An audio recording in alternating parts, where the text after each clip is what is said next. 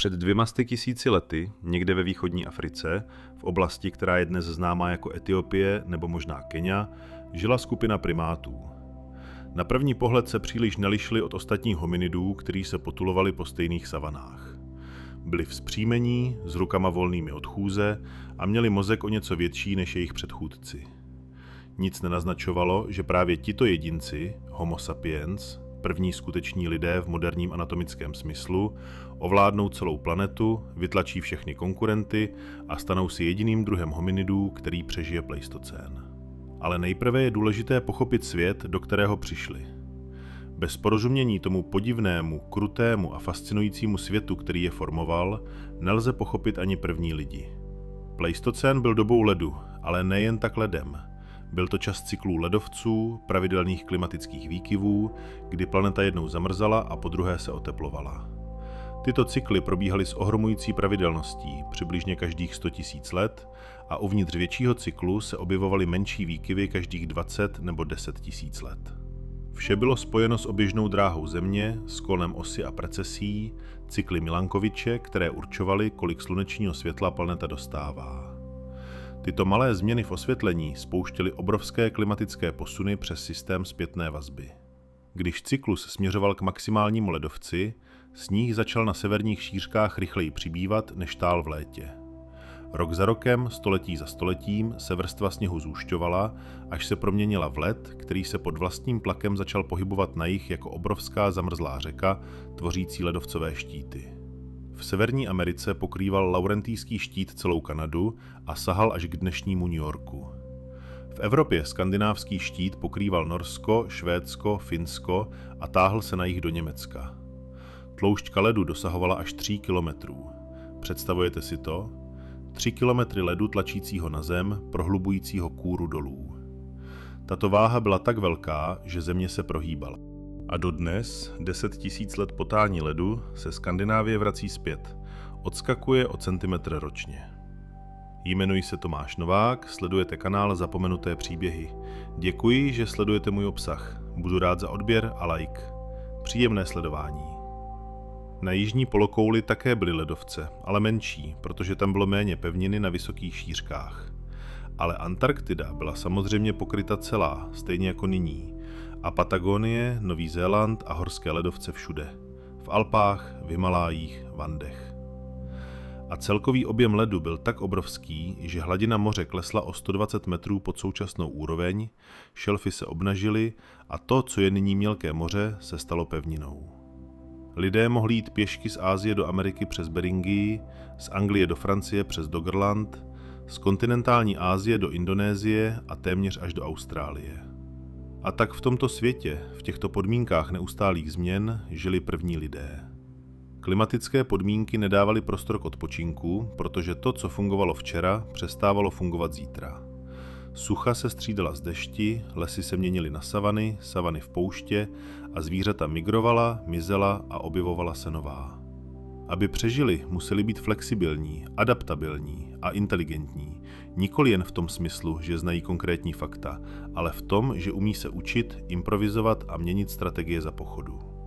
Afrika je kolébkou lidstva a během pleistocénu to nebylo tolik o ledu, jako spíše o vodě, protože cykly ledovců měnily globální rozložení srážek. Když byl na severu maximální led, v Africe byla sucho, savany se rozšiřovaly, Sahara se měnila v hyperpoušť, ještě bez života než nyní. Jezera vysychala, řeky se zmenšovaly a život se soustředil podél zbývajících zdrojů vody. Úzké koridory, oázy. A populace se izolovaly, genetická rozmanitost klesala, nastávaly lahvové hrdla. Mnoho druhů vyhynulo prostě proto, že neměli štěstí. Populace se stala příliš malou. Inbreeding, katastrofa.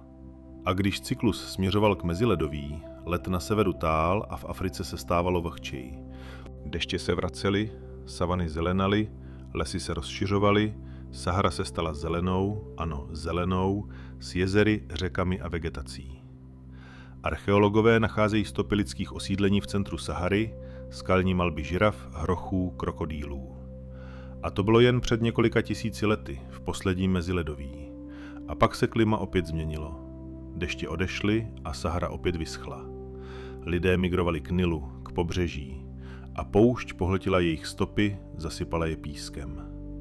V této kolísající, nestabilní Africe se před 3 až 200 tisíci lety objevili první anatomicky moderní lidé. To víme díky fosíliím.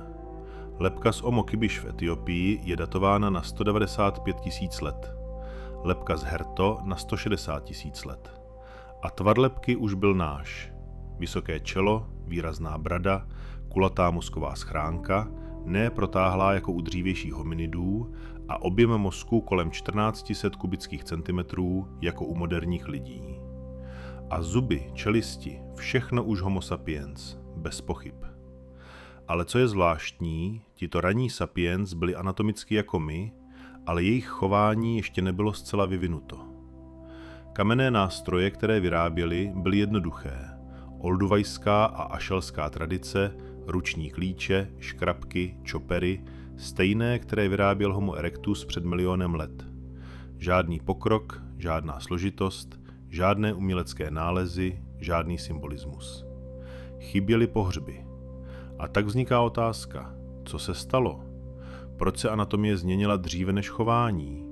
Kde je ten okamžik, kdy se lidé stali skutečně lidmi? Nejen podle tvaru lebky, ale i podle toho, co se dělo v jejich hlavách. A zde začíná záhada, kterou vědci stále usilovně zkoumají a nazývají ji behaviorální modernita. Okamžik nebo období, kdy lidé začali jednat jako moderní lidé, vytvářet složité nástroje, používat symboly, vytvářet umění, pohřbívat mrtvé s rituály, obchodovat na dlouhé vzdálenosti. A všechny tyto markery se objevují ne najednou, ale postupně na různých místech v různých obdobích. A obraz je rozmazaný, fragmentární. Nejstarší stopy složitého chování byly nalezeny v Jižní Africe v jeskyni Blombos. Tam byly nalezeny okr, gravírované geometrickými vzory. Věk je 75 tisíc let.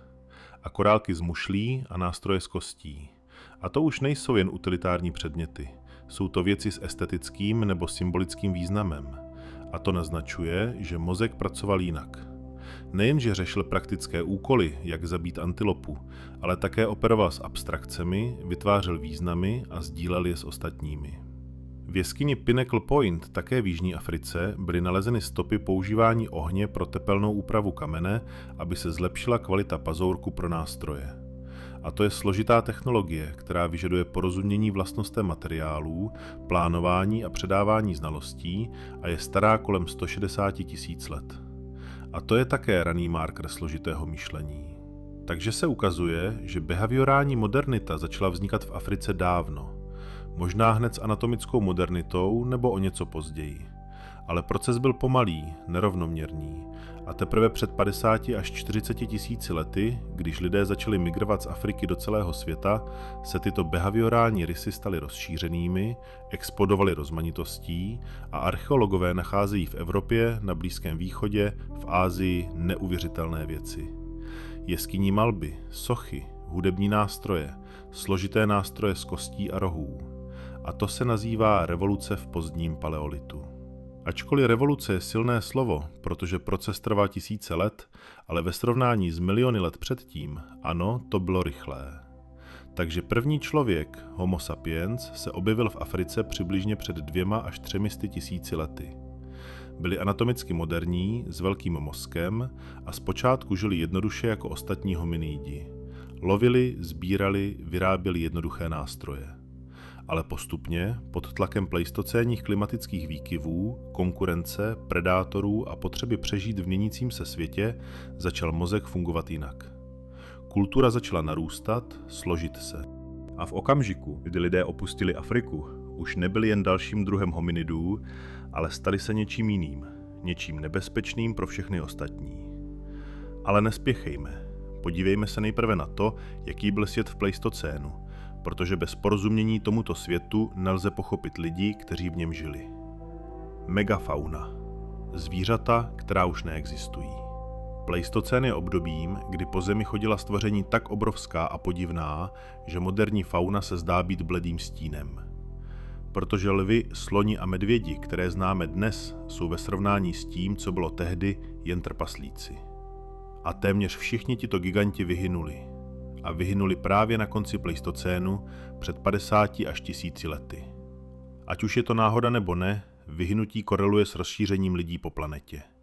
Existují vážné důvody se domnívat, že my, lidé, jsme sehráli klíčovou roli vymizení megafauny, i když klimatické změny také přispěly. V Evropě žili mamuti, srstnatí mamuti s dlouhou a hustou srstí a zakřivenými kly. Pasli se na travnatých stepích, které nazýváme mamutí tundrostepí, ekosystém, který už neexistuje. Směs tundry a stepy, produktivní a bohatá. A mamuti byli dominantními druhy. Formovali krajinu součinností, podobně jako sloni v Africe. Ničili stromy, hnojili půdu, šířili semena. A srstnatí nosorožci, obrovští s 2 rohy, zavalití. Ti se také pásli na stejných stepích. A jeskyní lvy, Panthera spelea, větší než moderní afričtí lvy, lovili mamuty, nosorožce a bizóny. A jeskyní medvědi, obrovští, žili v jeskyních Evropy a jejich kosti se nacházejí tisíce v některých jeskyních. A není jasné, proč tam šli. Možná zimovat, možná umírat. Ale hustota kostí je taková, že je těžké se pohybovat, aniž byste na něco šlápli. A v Severní Americe byla vlastní megafauna, ještě rozmanitější. Kolumbijští mamuti, větší než srstnatí, mastodonti, podobní mamutům, ale z jiné evoluční linie, a obrovští lenochodi Megatherium velikosti slona, pozemní, ne dřevní. Ti se stavěli na zadní nohy, opírali se o ocas a okousávali stromy. A pásovci velikosti automobilu, glyptodonti s kostěným krunýřem a šavlozubé kočky s megalodonem skly dlouhými 20 cm a obrovské vlky Canis dirus, větší než voci šedí, a američtí lvy a obrovští krátkomorý medvědi, největší pozemní predátoři, kteří kdy žili, přes 3 metry na zadních nohách. Celá tato neuvěřitelná fauna zmizela přibližně před 13 až 11 tisíci lety na konci pleistocénu. A v Severní Americe zejména dramaticky. Za 1000 let vyhynulo více než 30 rodů velkých savců a to je katastrofa, ekologický kolaps. A příčiny jsou dodnes sporné. Existují však 2 hlavní hypotézy. Klima a lidé. Klimatická hypotéza tvrdí, že na konci pleistocénu došlo k náhlé změně klimatu. Ledovce ustoupily, mamutí tundrostep zmizela, byla nahrazena lesy, bažinami a tundrou a velcí bíložravci ztratili svou potravu. Populace se zmenšily a vyhynuly a s nimi vyhynuli predátoři, kteří na ně lovili. Hypotéza nadměrného lovu říká, že lidé, kteří přišli do Ameriky přibližně před 15 až 13 tisíci lety, se setkali s faunou, která neměla zkušenosti s lidskými lovci, nebála se a neutíkala a lidé spustili masakr, lovili bez omezení a během několika století vyhubili všechny dostupné druhy až do vyhynutí. A archeologie ukazuje, že ano, lidé lovili mamuty, mastodonty, nacházejí tábořiště, kde jsou kosti těchto zvířat zpracovány, se stopami po zpracování a hroty oštěpů, které zůstaly v kostech. Pravděpodobně je pravda někde uprostřed. Klima vytvořilo stres, populace oslably a lidé zasadili finální úder. A kombinace obou faktorů se ukázala jako smrtelná. A pleistocénní megafauna zmizela. A svět se ochudil, protože tato zvířata nebyla jen velká, byla klíčovými druhy, ekosystémovými inženýry a jejich vymizení změnilo krajiny a vegetaci. Mnozí ekologové se domnívají, že moderní ekosystémy jsou duchovní ekosystémy, fungující v nepřítomnosti klíčových hráčů a proto jsou neúplné, defektní. A první lidé oni viděli tato zvířata, lovili je, malovali je na stěny jeskyní a pro ně to byla norma. Každodenní záležitost, potkat mamuta v údolí, vidět šavlozubou kočku na pajedla. A nevěděli, že to všechno brzy zmizí, že jejich děti budou žít ve světě, kde mamuti nejsou. A jen příběhy starších budou uchovávat paměť o časech, kdy velcí tvorové chodili po zemi. Neandertálci a další hominidé, nebyli jsme sami. To je překvapivé a trochu děsivé. Když první homo sapiens vyšli z Afriky přibližně před 70 až 60 tisíci lety, svět už byl osídlen jinými lidmi, ne sapiens, ale jinými druhy hominidů, a ti žili v Evropě, Asii a byli úspěšní, přizpůsobení, inteligentní. A setkání s nimi bylo nevyhnutelné. A co se stalo, když se setkali? To je jeden z nejvíce fascinujících příběhů v paleoantropologii. Neandertálci, Homo neanderthalensis. Žili v Evropě a západní Asii přibližně před 400 tisíci lety. a když sapiens přišli, neandertálci už tam byli stovky tisíc let. Pánové území, přizpůsobení chladnému klimatu doby ledové, zavalití, svalnatí s obrovským nosem, aby ohřívali studený vzduch, s obočími a skloněným čelem. Ale jejich mozek nebyl menší než u sapiens, dokonce byl průměrně o něco větší. A nebyli to hloupí jeskynní lidé, jak je popisovali ve starých knihách. Vyráběli složité kamenné nástroje, technologii musterienskou. Lovili velkou zvěř, mamuty, bizony, používali oheň, stavili přístřešky. A existují důkazy, že pohřbívali mrtvé, možná s rituály. Nacházejí kostry neandertálců v jámách, někdy se stopami okry, barev, ačkoliv interpretace jsou sporné. A starali se o nemocné a staré. Nacházejí kostry s poraněními, která se uzdravila, zlomeniny, infekce. A člověk s takovými zraněními nemohl lovit, nemohl se uživit a přežil jen díky tomu, že skupina se o něj starala. A to naznačuje sociální složitost, empatii, kulturu péče. Ale když sapiens přišli do Evropy přibližně před 45 tisíci lety, něco se změnilo. A během následujících 5 až 10 tisíc let neandertálci zcela zmizeli. Poslední populace se snažili přežít na Iberském poloostrově v izolovaných oblastech a pak už nebyli. A proč se to stalo? Záhada. Byly to přímé konflikty? Válka, genocida, sapiens zabíjeli neandertálce, vytlačovali je, nebo to byla prostě konkurence? Sapiens byli o něco efektivnější v lovu, v reprodukci a pomalu vytlačili neandertálce ekologicky. Nebo nemoci? Sapiens přinesli patogeny z Afriky, proti nimž neandertálci nebyli imunní. Nebo klima. Poslední doba ledová zasáhla populace a neandertálci to nezvládli, zatímco sapiens ano. Pravděpodobně kombinace faktorů, ale fakt zůstává. Neandertálci vyhynuli, zatímco sapiens přežili a obsadili jejich území a stali se jedinými lidmi v Evropě. Ale není to tak jednoduché, protože genetika ukazuje, že sapiens a neandertálci se křížili, hybridizovali a všichni moderní neafričané nesou 1 až 4 % neandertálské DNA. A to znamená, že existovaly kontakty, blízké kontakty a děti ze smíšených párů. A tyto děti byly plodné, předávaly geny dál. A neandertálské geny se integrovaly do genomu sapiens. A některé z těchto genů se ukázaly jako užitečné, poskytovaly výhodu, zejména v imunitním systému, adaptaci na chladné klima a výběr je zachoval. Takže neandertálci nezmizeli úplně, ale rozplynuli se v nás. A pokaždé, když onemocníte a vaše imunitní systém bojuje s virem, možná pracují neandertálské geny, dědictví těch dávných setkání. A to je zároveň zvláštní a nádherné. Jsme hybridy, směs. A čisté sapiens neexistují, pokud nepočítáme Afričany, kteří se nekřížili s neandertálci, protože žili v Africe, kde neandertálci nebyli. A také byli denisovci, Homo denisova. Ti byli objeveni teprve v roce 2010 díky DNA extrahované z malého kousku kosti prstu, nalezeného v Denisově jeskyni na Altaji. A celého skeletu není, pouze fragmenty.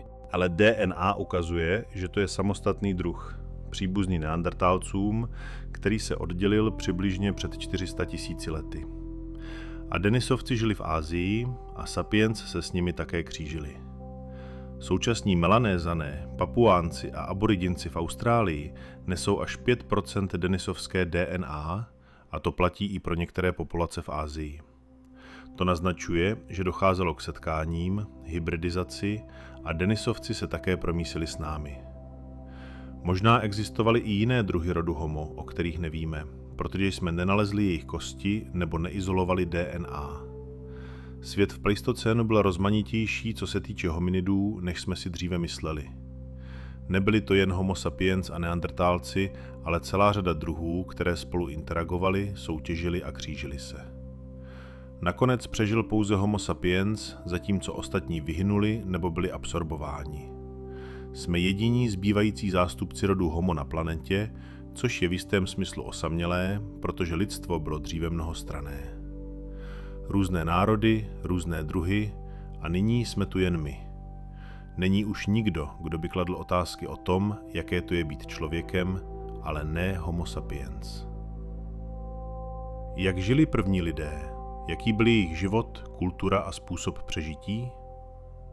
Přesuňme se od velkých obrazů k detailům, k tomu, jak skutečně žili první Homo sapiens, jak vypadal jejich den a každodenní život.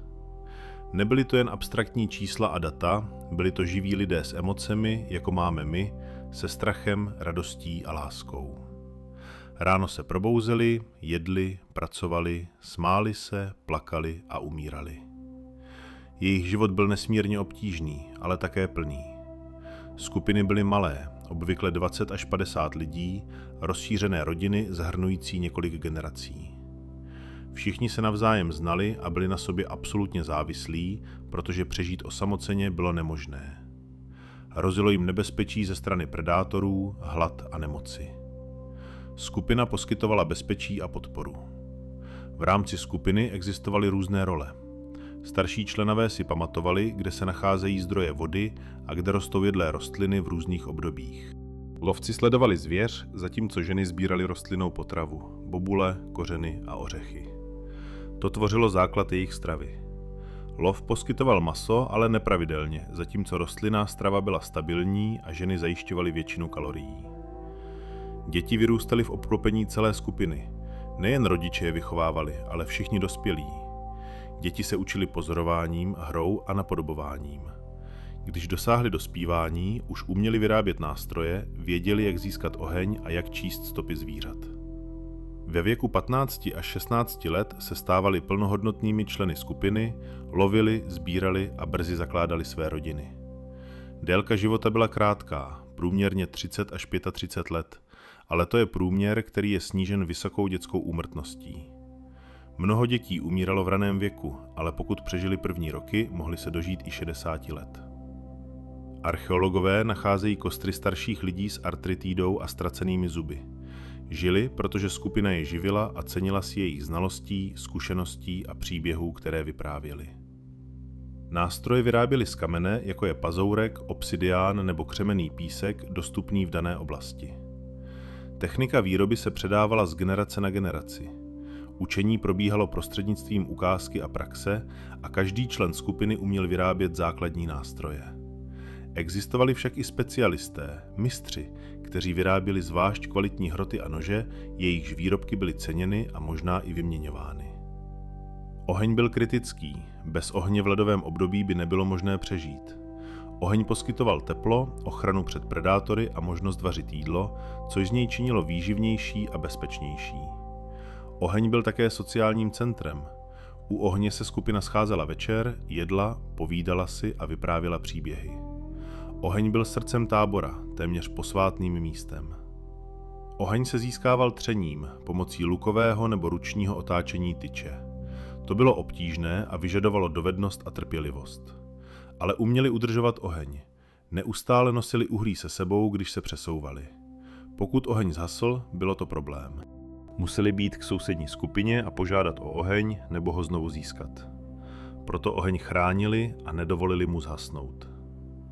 Oblečení bylo vyráběno z živočišných kůží, šilo se kostěnými jehlami a nacházejí se jehly staré 40 000 let. To naznačuje, že uměli šít těsně přiléhající oblečení. Nejen, že si házeli kůži na ramena, ale také stříhali a šili kalhoty, bundy a obuv. To bylo důležité v chladném klimatu. Ti, kdo to ovládli jako první, získali výhodu a mohli žít severněji v chladnějších oblastech. Obydlí byla různá v závislosti na klimatu a dostupných materiálech. Žili v jeskyních, pokud byly k dispozici, ale těch bylo málo a často je obsazovali medvědi nebo hyeny, takže častěji stavili úkryty z větví, kůží a mamutích kostí. Dokonce se nacházejí zbytky chat, kde je konstrukce z mamutích klů a kostí pokrytá kůžemi uvnitř s ohništěm. Taková chata udržovala teplo a chránila před větrem a sněhem. Lov byl nebezpečný. Na velké zvířata, jako jsou mamuti a bizoni, se lovilo ve skupinách. Lákali je do pastí, na útesy nebo do bažin a dobíjeli je kopími. Jeden mamut poskytoval tuny masa a skupina se mohla hostit, jíst do sytosti, sušit maso, udit a skladovat, což zajistilo potravu na týdny, měsíce. Proto byla velká zvěř cílem, i když lov na ní byl riskantní, lidé utrpěli zranění, lámali si kosti a umírali pod kopyty nebo kly. Sběr byl méně riskantní, ale vyžadoval znalosti o tom, jaké rostliny jsou jedlé a které jedovaté, kde je hledat a kdy. Tyto znalosti se předávaly ústně, ženy učily své dcery a nahromaděná moudrost generací byla klíčová pro přežití. A samozřejmě existovaly nemoci, infekce a paraziti. Lidé se snažili léčit jak mohli pomocí bylin. Možná šamani používali různé rituály a rostliny s reálnými léčivými vlastnostmi. U neandertálců a raných homo sapiens se nacházejí stopy rostlin, jako je hřebříček a heřmánek, které mají protizánětlivé účinky. To naznačuje primitivní medicínu a porozumění tomu, že některé rostliny pomáhají. Mnoho lidí však umíralo na věci, které jsou dnes snadno léčitelné. Infekce zubu mohla zabít, zlomenina kosti mohla vést k gangréně. Porody byly nebezpečné a úmrtnost matek byla vysoká. Každá rodina ztrácela děti a rodiče. Smrt byla součástí života, blízká, viditelná, netabuizovaná jako dnes. Mrtvé někdy pohřbívali, jindy ne. To je jeden z ukazatelů behaviorální modernity. Péče o mrtvé. Nacházejí se pohřebiště, kde je tělo uloženo v určité poloze, někdy s okrovým práškem, s nástroji a ozdobami. To naznačuje víru v posmrtný život nebo prostě úctu a paměť. To je hluboce lidské a odlišuje nás od zvířat, která své mrtvé nepochovávají. Jazyk byl samozřejmě složitý. Ačkoliv nevíme, jak zněl, anatomie ukazuje, že hlasový aparát byl schopen produkovat širokou škálu zvuků. Archeologie ukazuje složité sociální chování, které by nebylo možné bez jazyka. Koordinace lovu, učení složitým technikám, předávání mýtů a příběhů. To vše je to, co nás učinilo lidmi, možná více než cokoliv jiného. Schopnost mluvit, vysvětlovat, lhát a nahlas si představovat. A hudba. Nacházejí se flétny vyrobené z kostí ptáků. Jsou staré 40 000 let. Otvory jsou precizně vyvrtané a naladěné. To naznačuje, že hudba existovala, zpěv byl přítomný, rytmus a tanec. Večer u ohně mohli zpívat. To stmelovalo skupinu a vytvářelo pocit sounáležitosti. Hudba je univerzální lidská vlastnost. Všechny kultury mají hudbu a její kořeny sahají do pleistocénu, do těch prvních písní kolem ohně pod hvězdnou oblohou. Umění, když lidé začali malovat duši. A tato jeskyní malba je něco výjimečného. Když stojíte v jeskyni Lascaux nebo Altamira a díváte se na tyto bizóny, koně a jeleny, namalované před 17 až 20 tisíci lety, jsou tak živí a dynamický. Cítíte spojení přes čas a chápete, že umělec, který to maloval, byl člověk jako vy, s těmi samými emocemi a vnímáním krásy. Čas se ztrácí a vidíte jeho ruku, otisk prstu v barvě. To je magie. Nejstarší důvěryhodné vzorky jeskyní malby se datují přibližně 40 až 45 tisíc let zpět. Jeskyně Chauvet ve Francii.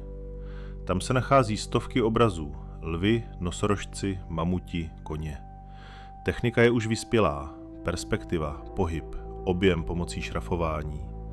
To nejsou první pokusy, ale mistrovská díla. To znamená, že tradice malování začala ještě dříve, možná v Africe, ale tam se nezachovala, protože klima je vlhké, jeskyně byly zaplaveny a barvy smyty. A není jasné, proč malovali, jaký byl cíl, protože jeskyně, kde jsou kresby, jsou často hluboké, těžko přístupné a neobyvatelné. Muselo se tam jít speciálně s pochodněmi, tuky a barvami, které připravovali z okru, dřevěného uhlí a tuku a malovali ve tmě na stěnách a stropech. Trávili hodiny, dny a to možná nebyla utilitární činnost, která by přímo pomáhala při lovu. Existuje mnoho teorií. Lovcova magie. Malovali zvířata, aby zajistili úspěch v lovu, nebo prováděli šamanské rituály, vcházeli do tranzu a malovali vize, nebo to bylo prostě umění pro umění, estetika, touha zachytit krásu, vyprávět příběh nebo učit. Ukazovali dětem, jak vypadají zvířata, jejich chování nebo značky území. Skupina malovala ve své jeskyni, což znamenalo vlastnictví. Pravděpodobně různé cíle v různých případech, ale jedno je jasné, bylo to důležité, jinak by neplýtvali zdroji, časem, ani by neriskovali život, když se vstupovali do hlubokých jeskyní, kde se mohli ztratit nebo spadnout. Některé malby se nacházely na místech, kde bylo nutné se plazit nebo procházet úzkými průchody. A to bylo zkouškou, možná iniciací. Mladík šel do jeskyně, otiskl svou ruku na stěnu, otisk v barvě a vyšel jako dospělý. Nalezl nejen malby zvířat, ale také abstraktní znaky, body, linie, mřížky. A není jasné, co znamenají. Možná počty, možná symboly, možná nějaký primitivní jazyk. Vědci se snaží dešifrovat, hledají vzory, opakování a některé znaky se objevují v různých jeskyních vzdálených stovky kilometrů. To naznačuje společnou kulturní tradici, výměnu informací mezi skupinami. A sochy, paleolitické Venuše, ženské figurky s přehnanými rysy, velkými prsy, břichem, boky se nacházejí po celé Evropě, od Španělska po Sibiř. Jsou staré 20 až 30 tisíc let, vyrobené z kostí, klů, kamene a velikosti dlaně. Možná je nosili jako amulety, symbolizující plodnost, ženskou sílu, bohyni, matku, nebo jen ideál krásy té doby, kde plnost znamenala zdraví, schopnost přežít hlad a porodit zdravé děti. A šperky, náhrdelníky z lastur, zubů, kostí a náramky, to jsou osobní předměty, identita, status. Možná se vyměňovali nebo darovali. A lastury nacházejí stovky kilometrů od moře, což naznačuje obchodní sítě, kontakty mezi skupinami. A nejen materiální věci se vyměňovaly, ale i myšlenky, technologie, geny. Všechny tyto projevy, umění, šperky, hudba, rituály, jsou projevem symbolického myšlení, schopnosti vytvářet významy, abstrahovat, představovat něco, co fyzicky nepřítomné. A to je klíčová lidská vlastnost. Právě ona umožnila kultuře akumulovat, protože symboly lze předávat, učit, modifikovat. Kulturní evoluce začala fungovat paralelně s biologickou a zrychlila se, což nakonec vedlo k našemu současnému stavu. Migrace z Afriky, jak lidé dobyli svět. Dobrý, jsme v Africe. Před 70 až 60 tisíci lety. Homo sapiens existuje už více než 100 tisíc let, ale po celou tu dobu zůstává v Africe, nevychází ven. Nebo vychází, ale neúspěšně. Existují stopy raných migrací, nálezy v Izraeli staré 120 tisíc let. Ale tyto populace se neusadily, vyhynuly nebo se vrátily zpět. A teprve asi před 70 až 60 tisíci lety došlo k úspěšné migraci. Mimo Afriku. Tato vlna osídlila celý svět. A všichni moderní Neafričané jsou potomky této skupiny. Genetika ukazuje, že skupina byla malá, možná několik tisíc lidí. Genetické rozmanitosti Neafričanů je nižší než u Afričanů, protože všichni jsme potomky této malé zakladatelské populace. A proč právě tehdy? Co se změnilo? Záhada. Možná klima? V Africe byla sucha a lidé se vydali k pobřeží, k východu z Afriky přes Bab el-Mandebský průliv a hladina moře byla nízká kvůli ledové době a průliv byl úzký, možná částečně suchozemský přechod. Skupina přešla náhodou nebo záměrně a ocitla se na arabském poloostrově. Odtud se vydali podél pobřeží Arábie, Indie, jihovýchodní Asie, prozkoumávali pobřežní linie, využívali mořské zdroje, ryby, měkkýše a rychle postupovali. A k 50 tisícům let dosáhli Austrálie, přeplavili moře, což vyžadovalo lodě, navigaci a to je raný ukazatel námořních technologií. Jiná větev šla na sever přes Blízký východ do Evropy a Asie. Tam se setkali s neandertálci a, jak již bylo řečeno, interagovali a křížili se. A nakonec neandertálci vymizeli, zatímco sapiens se rozšířili. Do Evropy přišli přibližně před 45 tisíci lety. Archeologové tuto kulturu nazývají Auriňak. S nimi začala revoluce v pozdním paleolitu. Výbuch umění, složitých nástrojů a jeskyní malby, to je převážně jejich dílo. A za několik tisíc let vytlačili neandertálce. Evropa se stala domovem sapiens.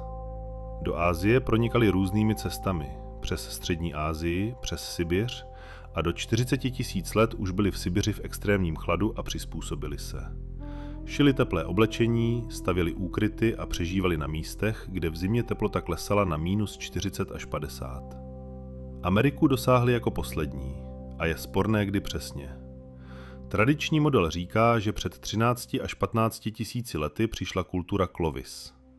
Přišli přes Beringii, suchozemský most mezi Ázií a Amerikou, který se otevřel, když hladina moře klesla, a prošli na jih skrze koridor mezi ledovci a rozšířili se po obou Amerikách za 1000 let neuvěřitelně rychle, osídlili od Aljašky po Patagónii. všechny ekologické zóny a přizpůsobily se každé. Ale nové nálezy ukazují, že možná existovaly i ranější migrace. Stanoviště staré 20 až 30 tisíc let. Ačkoliv jsou důkazy sporné a debata pokračuje. Je možné, že lidé přicházeli do Ameriky vlnami a rané vlny byly malé, nezanechali mnoho stop. Clovis je poslední a nejúspěšnější vlna. Takto se za 50 tisíc let Homo sapiens z malé populace ve východní Africe rozšířil po všech kontinentech, kromě Antarktidy, ve všech klimatických zónách, od rovníku po Arktidu, a přizpůsobil se každé, stal se globálním druhem, jediným hominidem na planetě. A to je neuvěřitelné dosažení. A stalo se to díky flexibilitě, adaptabilitě, schopnosti učit se, předávat znalosti a spolupracovat. Konec pleistocénu, kdy led ustoupil a svět se změnil. A tak přichází konec pleistocénu, přibližně před 12 až 11 tisíci lety, a klima se dramaticky mění. Poslední ledová maximum dosahuje vrcholu, teploty začínají růst, ledovce ustupují, tají a hladina moře stoupá. A během několika tisíc let stoupá o 120 metrů a zaplavuje šelfy. Beringie mizí pod vodou. Doggerland je zatopen a kontinenty se oddělují, populace se izolují a ekosystémy se radikálně přestavují. Mamutí tundra se vytrácí, nahrazena tajgou, tundrou a megafauna vymírá. Lidé se setkávají s novým světem, kde staré strategie nefungují. Velké zvěře je málo. Je třeba přejít na menší, na ryby, na rostlinnou stravu. A to je stresující. Některé skupiny to nezvládnou a vymizí. Ale většina se přizpůsobí a změní způsob života. V některých regionech, na Blízkém východě, v Číně, v Mesoamerice, lidé začínají experimentovat se zemědělstvím, domestikací rostlin a zvířat. A to je neolitická revoluce, přechod od lovu a sběru k zemědělství. A to změní všechno. Spustí růst populace, vznik měst, civilizací, písma. Ale to už je mimo rámec pleistocénu. To je holocén, moderní éra. Pleistocén končí, geologicky datován před 11 700 lety. Konec poslední doby ledové, začátek holocénního meziledoví. A my jsme stále v tomto meziledoví. A není jasné, zda skončí přirozeně. Začne nový ledový věk za desítky tisíc let? Nebo lidská činnost změnila klima tak, že cykly se přerušily a vstoupili jsme do antropocénu, éry člověka, kde kontrolujeme klima, ne příroda. Ale když se ohlédneme na pleistocén, na těchto 2,5 milionu let kolísání klimatu, na megafaunu, na hominidy, kteří vymizeli, na první homo sapiens, kteří přežili, prošli úzkými místy, katastrofami a usadili se po celém světě, cítíme úžas, dokonce hrdost, protože jsme potomky těch, kteří přežili, nejodolnějších, nejadaptabilnějších. A pleistocén nás vytvaroval, učinil nás lidmi. A jsme zde a čteme o tom. Je to v jistém smyslu zázrak, že se můžeme ohlédnout zpět a pochopit, odkud jsme přišli. Sopky a katastrofy, kdy bylo nebe temné po celé roky. Ale pleistocén to nebyl jen led a chlad. Byly to také sopky, supervulkány a erupce, které měnily klima planety na roky a desetiletí. Jedna z těchto erupcí málem zničila celé lidstvo, doslova. Stalo se to přibližně před 74 tisíci lety. Vulkán Toba na ostrově Sumatra. Když vybuchl, byla to nejmocnější erupce za poslední 2 miliony let. Výbuch byl neuvěřitelný. 2800 kilometrů krychlových popela a hornin. To je několikanásobně více než Krakatoa, 100krát více než Vesuv. A sloupec popela se dostal do stratosféry, rozšířil se po celém světě, zakryl slunce a teploty klesly. Začala sopečná zima, která trvala možná 6 až 10 let. A pak ještě několik desetiletí bylo klima chladnější než obvykle, což tvrdě zasáhlo ekosystémy. Rostliny umíraly nedostatkem světla, zvířata nedostatkem potravy, což spustilo řetězovou reakci v potravinovém řetězci. Predátoři umírali a lidé také. Genetika ukazuje, že populace Homo sapiens se v té době zmenšila na kritickou úroveň. Možná na 10 000 jedinců, možná méně. To úzké hrdlo je tak úzké, že je zázrak, že jsme přežili. A ne všechny skupiny přežily, pouze ty, které byly v určitých regionech. Možná v jižní Africe, kde klima zmírňuje oceán, nebo ve východní Africe, v riftové dolině, kde je mikroklima. Tyto malé populace se snažily přežít, jedli co našli. Měkkýše na pobřeží, kořínky. A pomalu, velmi pomalu, když se klima stabilizovalo, začaly se početně obnovovat. A všichni moderní lidé, všech 7 miliard, jsou potomky těchto přeživších, kteří prošli tímto úzkým hrdlem. A naše genetická rozmanitost je nízká ve srovnání s mnoha druhy. Právě proto jsme všichni blízcí příbuzní, bratranci a sestřenice 1000 generací zpět. To vysvětluje, proč jsou rasové rozdíly povrchní, kosmetické. Protože rozdělení nastalo nedávno po Toba, kdy se populace usidlovaly a izolovaly. Ale geneticky jsme téměř identičtí. Byly také další katastrofy, menší erupce, ale také významné. Zemětřesení, tsunami. A pleistocén nebyla stabilní doba, naopak, neustálé otřesy. A aby přežili, museli být nejen silní, ale také chytří, flexibilní, schopní adaptovat se na nepředvídatelné. Psi byli prvními spojenci. A zde je zajímavý detail. První zvíře, které člověk domestikoval, nebyla koza, ovce ani kráva, ale vlk. K tomu došlo v pleistocénu přibližně před 30 až 15 tisíci lety. Přesné datum je sporné, ale genetika ukazuje, že všichni moderní psi pocházejí od vlků. Domestikace se stala někde v Eurazii, možná na několika místech nezávisle. Jak k tomu došlo, je záhadou, ale lze si to představit. Vlkovi následovali lidi, sbírali zbytky kořisti, kosti a odřezky a ti vlci, kteří byli méně bojácní, přátelštější, se přibližovali blíže. A lidé možná začali krmit speciálně. A vlčata, zejména ta odebraná z doupěte, rostla vedle lidí, zvykla si a stala se přátelskými. A vzájemná výhoda byla oboustranná. Vlci pomáhali při lovu, cítili kořist, naháněli ji, chránili tábor před predátory a lidé je krmili, chránili a vazba se posilovala. A za generace, možná tisíce let, se voci transformovali na psy, fyzicky se změnili. Tlama se zkrátila, uši visely, ocas se stáčel, skvrnitá srst. A z hlediska chování se agresivita snížila, socializace s lidmi zesílila, schopnost rozumět lidským gestům a intonacím. A psi se stali součástí lidských společenství, nejen nástrojem, ale partnery, společníky a nacházejí pohřebiště, kde je člověk pohřben se psem. A to je dojemné. Hovoří to o připojení, dokonce o lásce. A toto spojení mezi člověkem a psem je jedním z nejstarších a nejhlubších mezidruhových vztahů na planetě. Můžeme říci, že psi pomohli lidem přežít v pleistocénu, poskytli výhodu při lovu a ochraně a možná bez psů by osídlení severních šířek bylo obtížnější, protože v Arktidě jsou psi kritičtí, táhnou saně, loví tuleně a národy severu říkají, že bez psů tam nelze přežít. Takže první spojenectví člověka a zvířete bylo téměř spojenectvím rovných. A psi nejsou jen domestikovaná zvířata, jsou to koevoluční partneři. A my jsme je změnili, ale oni změnili nás. Ovlivnili naši kulturu, chování, strategie přežití. Ženy v paleolitu, zapomenutá polovina historie. O čem se však málo mluví, je role žen v pleistocénu. Protože tradiční narrativ je člověk-hunter. Muži loví mamuty, ženy sedí u ohně s dětmi. Ale to je zjednodušení karikatury. Moderní antropologie ukazuje, že ženy byly aktivními účastnicemi přežití a možná dokonce klíčovými. Sběr, jak již bylo zmíněno, poskytoval většinu kalorií, 60 až 70% stravy. A to byla většinou práce žen. A nebylo to jen o sbírání bobulí. To vyžadovalo hluboké znalosti rostlin, sezón, míst a navigace na velké vzdálenosti a fyzickou vytrvalost. Nosili koše z kořínky, ořechy, plody vážící 10 až 20 kg a zároveň děti na sobě. A ženy také lovily na drobnou zvěř, stavěly pasti, léčky. A nacházejí se nálezy pohřebišť, kde je žena pohřbena s loveckým vybavením, hroty a analýza kostí ukazuje zranění charakteristická pro lovce. To rozbíjí stereotyp, že lov je pouze mužská činnost.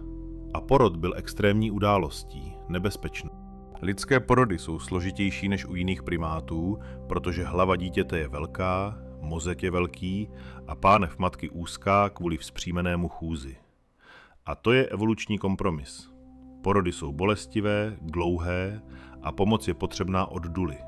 A to vytvořilo tradici ženské vzájemné pomoci. Znalosti se předávaly, techniky, byliny, které pomáhaly, a to byla ženská sféra znalostí, kritická pro přežití druhu. Menopauza je téměř unikátní rys člověka. Většina zvířat se rozmnožuje až do smrti, zatímco ženy žijí desetiletí poté, co přestanou rodit. A proč? Jaký je evoluční prospěch? Teorie babičky říká, že starší ženy pomáhaly dcerám vychovávat děti, předávali znalosti, starali se o vnoučata, což zvyšovalo jejich přežitelnost.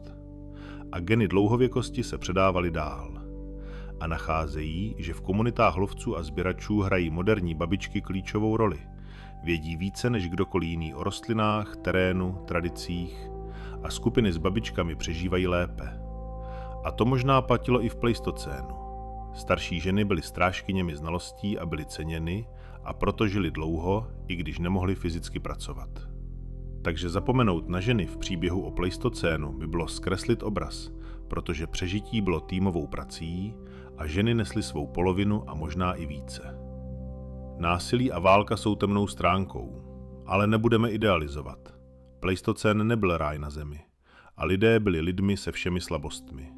Násilí bylo, konflikty, vraždy. A nacházejí se kostry s jasnými zraněními od útoků, údery do hlavy, hroty šípů v kostech. A to svědčí o mezilidském násilí a možná o konfliktech mezi skupinami. Byla válka v moderním smyslu? Organizované násilí mezi skupinami o zdroje, území, to je sporná otázka. Někteří antropologové říkají, že ano, že konflikty byly časté, že skupiny soupeřily, přepadávaly se navzájem a přežívaly agresivnější. A to je výběr na schopnost organizovaného násilí.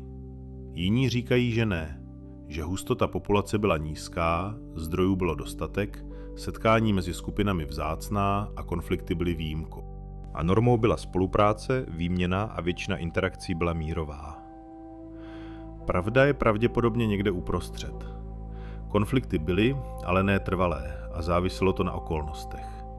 V období hojnosti si lidé rozuměli, v období hladu soupeřili a některé skupiny byly agresivnější, jiné mírovější. Rozmanitost strategií. Ale kanibalismus byl a nacházejí se kosti se známkami řezání, známkami odstraňování masa, drcení pro získání kostní dřeně a lidské kosti zpracované také jako zvířecí. A to naznačuje, že občas lidé jedli lidi a důvody mohly být různé. Rituální, nepřátelé byli konzumováni, aby se získala jejich síla, nebo pragmatické, hlad, potřeba bílkovin a dostupnost těl. Je nepříjemné o tom přemýšlet, ale nelze to ignorovat. Je to součást obrazu a lidé v období pleistocénu byli schopni krutosti stejně jako ti dnešní. A přežití v extrémních podmínkách někdy vedlo k extrémním činům. Ale také se nacházejí důkazy o péči a altruismu.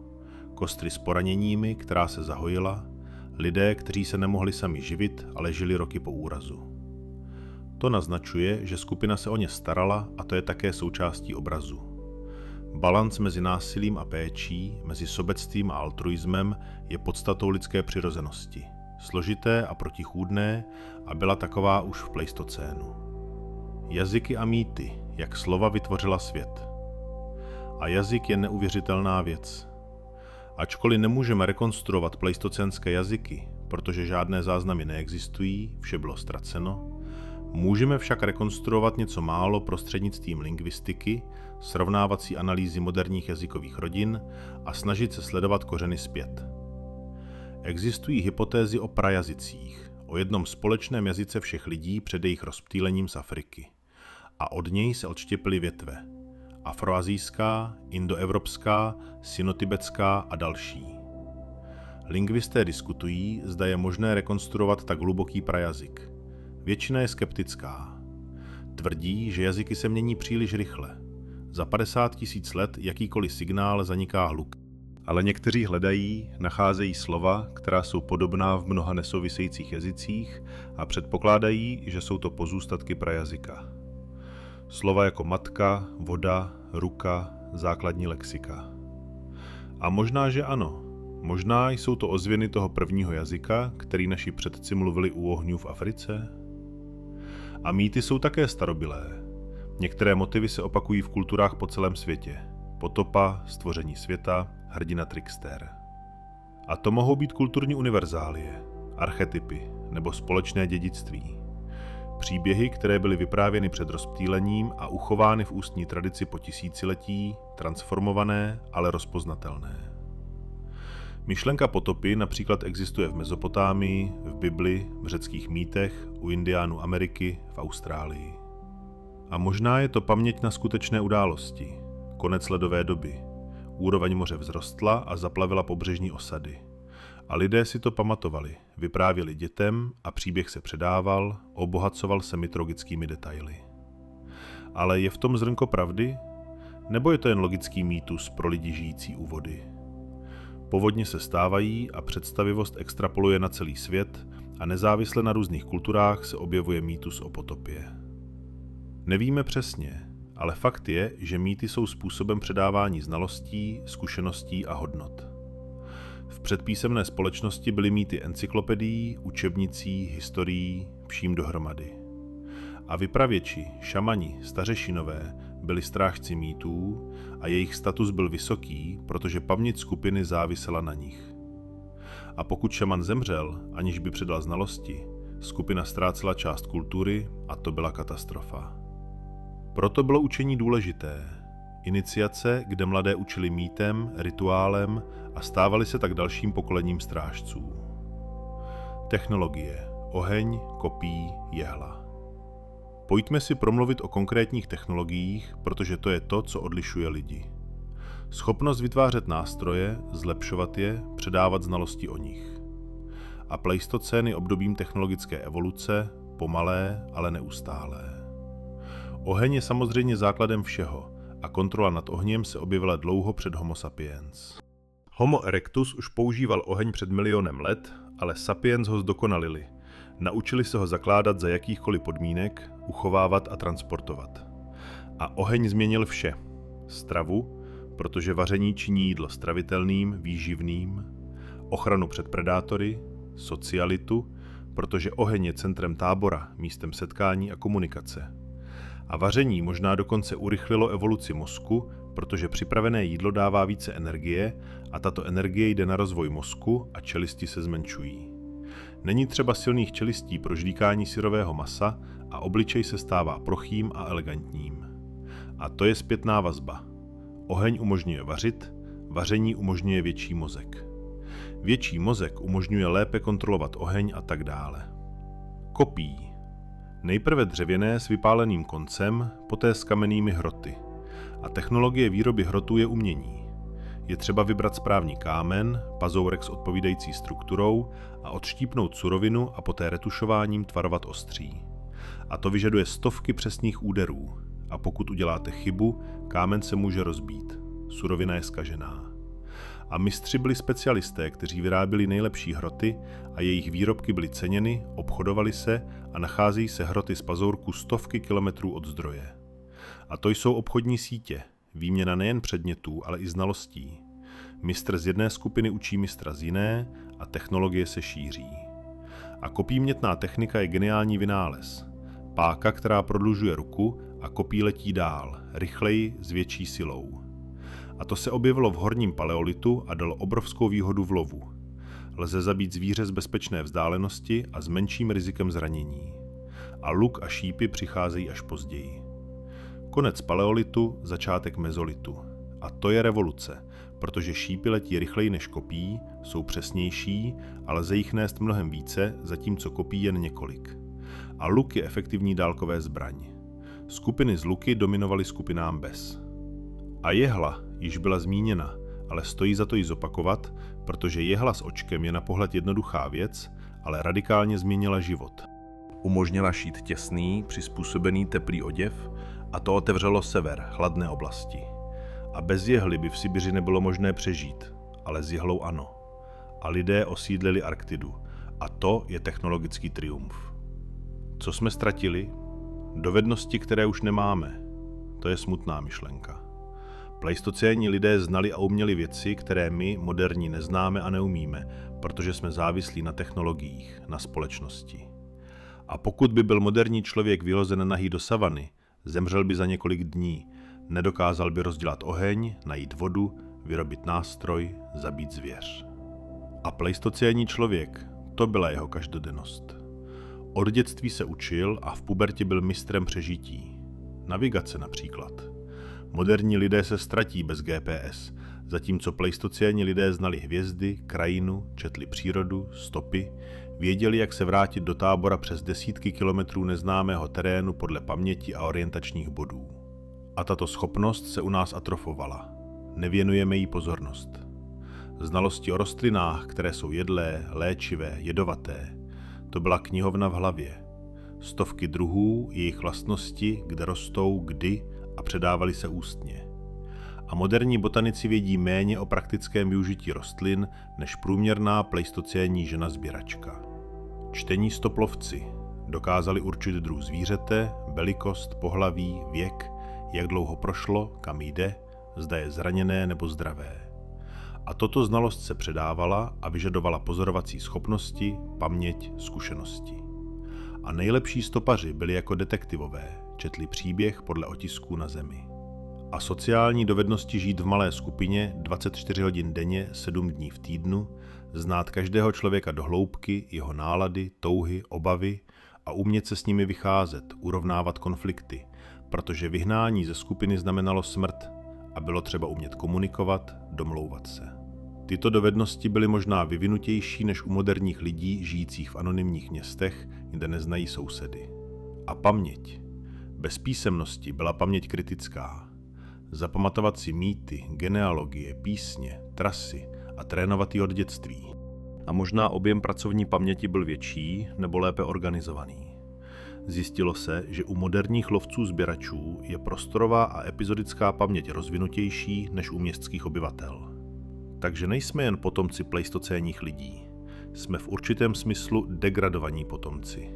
Ztratili jsme dovednosti, jsme závislí na berličkách civilizace a pokud civilizace skolabuje, většina z nás nepřežije. Pleistocénní lidé přežívali ve světě nesrovnatelně nebezpečnějším a to pokorně snižuje naši pýchu. Připomíná to, že pokrok není jen zisk, ale také ztráta. Pleistocén je v nás, dědictví, které nezmizelo. Ale pleistocén není zcela minulostí. Je v nás, v genech, v psychologii, v instinktech, protože náš mozek se formoval v pleistocénu, přizpůsobil se těm podmínkám a za 10 000 let civilizace se nestačil přestavět. Příliš málo času na evoluci a my žijeme v moderním světě s pleistocénními mozky, což vytváří konflikty a nesoulad. Láska k sladkostem například. V pleistocénu byl cukr vzácností, med a sezónní ovoce. A když se něco najde, je třeba jíst hodně, zásobit energii. A mozek odměňuje za cukr dopamínem, potěšením. Tato nastavení zůstala. A v moderním světě, kde je cukr všude, přejídáme se, což vede k obezitě a diabetu. A mozek nerozumí, že hojnost je stálá. Reaguje, jako by byl cukr vzácností. Jeste, dokud je. Strach z hadů a pavouků je evoluční nastavení, v pleistocénu nebezpečné. Ti, kteří se báli, přežili a předali své geny. A my se rodíme s predispozicí bát se hadů více než aut. I když auta zabíjejí více lidí, jsou nová. Evoluce se nestačila přizpůsobit. Sociální úzkost, strach z veřejného vystupování. To může být z pleistocénu, kde být odmítnut skupinou znamenalo smrt a mozek panicky reaguje na odsouzení a kritiku.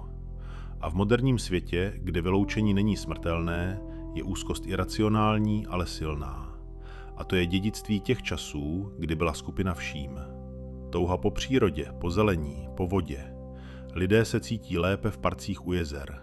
To není náhoda, to je biofílie. Evoluční preference pro prostředí, kde jsou zdroje dostupné, a pleistocénní savana se stromy a vodou je ideálem. A mozek se v takových místech uvolňuje, poznává domov předků. A dokonce i religiozita, víra v nadpřirozeno, může být adaptací z pleistocénu, kde bylo kritické chápat příčiny a následky, a mozek má tendenci vidět agenty, záměry, i tam, kde nejsou. Lépe si chybně myslet, že šum je predátor, než to ignorovat a být sežrán. A tato zaujatost k objevování agentů vytvořila tendenci věřit v duchy, bohy a náboženství z toho vyrostlo. Takže pleistocén skončil. Pokračuje v nás, v každém rozhodnutí, instinktu, preferenci. A pochopení toho pomáhá pochopit sebe. Proč se někdy chováme iracionálně? Proč mozek selhává v moderních podmínkách? Protože je nastaven pro jiný svět. A žijeme v nesouladu mezi starobylým mozkem a moderním prostředím. A to je výzva, kterou je třeba si uvědomit. Co se stalo poté? Holocén a my. A tak pleistocén skončil, led se stáhl a začal holocén, naše současná epocha. A klima se stabilizovalo, je teplejší než v době ledové, bez extrémních výkyvů. A tato stabilita umožnila zemědělství, protože zemědělství vyžaduje předvídatelnost. Sezóny jsou stabilní a v pleistocénu to bylo nemožné. Klima se měnilo, ale v holocénu to možné je. A lidé v různých částech světa nezávisle začali domestikovat rostliny. Pšenici na Blízkém východě, rýži v Asii, kukuřici v Americe a zvířata jako kozy, ovce, krávy a prasata. A zemědělství je revoluce, protože poskytuje stabilní přebytek potravy a lze živit více lidí na stejném území. A populace roste, vznikají vesnice, pak města a dělení práce. Ne všichni jsou farmáři, jsou řemeslníci, obchodníci, kněží, válečníci. A sociální složitost roste. A vznikají státy, civilizace, písmo. A historie začíná v tradičním smyslu, zapsaná. A pleistocén odchází do prehistorie, do archeologie, do mýtů. Ale přechod nebyl snadný. Zemědělství je těžká práce, více než lov a sběr. Pracovat na poli od svítání do setmění. A dieta se zhoršila. Závislost na několika plodinách a pokud je úroda špatná, hladomor. A kostry raných farmářů ukazují horší zdraví než lovci a sběrači. Nižší výška, více nemocí, zubní kasa z sacharidů, infekce z přeplněnosti v osadách. Tak proč jsme přešli, když se život zhoršil? Záhada. A odpovědi jsou různé. Možná nebyla volba. Populace vzrostla na limit, který lov a sběr mohli udržet a bylo třeba intenzifikovat. Nebo možná klima se změnilo, megafauna vyhynula, lov se stal méně produktivním, nebo možná to byl svod přebytku, možnost hromadit, kontrolovat. A elity, které vznikaly, chtěly moc, kontrolu. A zemědělství to poskytuje. Kontrola nad potravou znamená kontrolu nad lidmi. V každém případě k přechodu došlo a není cesty zpět. A za posledních 10 000 let se lidstvo neuvěřitelně transformovalo. Od několika milionů lovců a sběračů k 8 miliardám. Od kamenných nástrojů k chytrým telefonům, od jeskyní k mrakodrapům. A to bylo rychlé, geologický okamžik. A důsledky jsou obrovské pro planetu, pro jiné druhy, pro nás samé. A nyní jsme v antropocénu, epoše člověka, kdy jsme geologickou silou, měníme klima, reliéf, ekosystémy. A může to být dočasné, možná civilizace skolabuje a potomci se vrátí k lovu a sběru, nebo zcela zmizíme. Nebo možná přežijeme, evoluujeme, osídíme vesmír a budoucnost je otevřená. Ale když se díváte na pleistocén, na tělo let klimatických výkyvů, na vyhynulou megafaunu, na vyhynulé hominidy, na první homo sapiens, kteří přežili proti všem šancím, cítíte, že jsme součástí dlouhé historie, že současný okamžik je jen okamžik a že budoucnost není předurčena, závisí na volbách, které děláme. A odpovědnost je obrovská, protože jsme dědici všech těch, kteří bojovali, trpěli, přežili a předali nám tuto planetu. A co s ní uděláme? Otázka otevřená. Lekce pleistocénu. Co si můžeme odnést? Pokud existují lekce z pleistocénu, pak jsou toto. Za prvé, změna je nevyhnutelná. Klima se mění, vždy se měnilo, bude se měnit. A druhy, které přežijí, nejsou nejsilnější, ale nejadaptabilnější, flexibilní, schopné se měnit, když se prostředí mění. A rigidita je smrtelná, zatímco flexibilita zachraňuje. Za druhé, spolupráce je kritická. Individuálně nelze přežít, pouze společně, ve skupině, ve společnosti. A druhy, které spolupracují, jsou úspěšnější než druhy, které soutěží uvnitř. A lidé jsou ultraprosoční druh. A náš úspěch spočívá v naší schopnosti pracovat společně, sdílet, důvěřovat. A když to zapomeneme, stáváme se slabšími. Za třetí, technologie je násobitel. Dává obrovskou sílu, ale také odpovědnost, protože technologie může zachránit nebo zničit. Oheň hřeje i pálí, kopí, loví i zabíjí. A jaderné zbraně, genetické inženýrství, umělá inteligence, to vše jsou nástroje a záleží na nás, jak je použijeme. Za čtvrté, vyhynutí je reálné. Většina druhů, které žily, vyhynula, 99%. A není zaručeno, že jsme výjimka. A sebevědomí je nebezpečné, myslet si, že jsme zvláštní, nezranitelní. A Pleistocén ukazuje, že i úspěšné druhy, jako mamuti, dominovali miliony let a zmizely. A my můžeme také, pokud nebudeme opatrní. A nakonec, minulost není jen historie. Je to součást nás v genech, v kultuře, v jazyce, mýtech, instinktech. A pochopení minulosti pomáhá pochopit přítomnost a plánovat budoucnost. A zapomínat na minulost znamená ztratit část sebe, kořeny, identitu. A Pleistocén je našimi kořeny, hlubokými, starobylými. A pamatovat na ně znamená ctít předky, ty bezejmenné lidi, kteří žili, bojovali, milovali a předali nám život skrze bezpočet generací. A jsme zde díky nim. A to je zázrak. A je třeba si toho vážit. Zvuky ohňů. Zvuky, které jsme ztratili. A představte si, že zvuková krajina Pleistocénu byla zcela jiná než dnes. Žádný hukot motorů, letadel, sirén, hudby z reproduktorů. Jen přírodní zvuky. Vítr v trávě, šelest listí, pokud je blízko les, ptáci ve dne, tisíce druhů, každý se svou písní. A lidé se učili rozlišovat, věděli, co znamená křik toho či onoho ptáka. Varování před predátorem, volání partnera, teritoriální píseň a v noci jiné zvuky. Sovy houkají, vlci vytí, hyeny hyhňají strašidelně a řev lvů se nese na kilometry. A tento řev v temnotě, když sedíte u ohně a slyšíte někde na savaně tento zvuk, primitivní, mocný a mráz po zádech.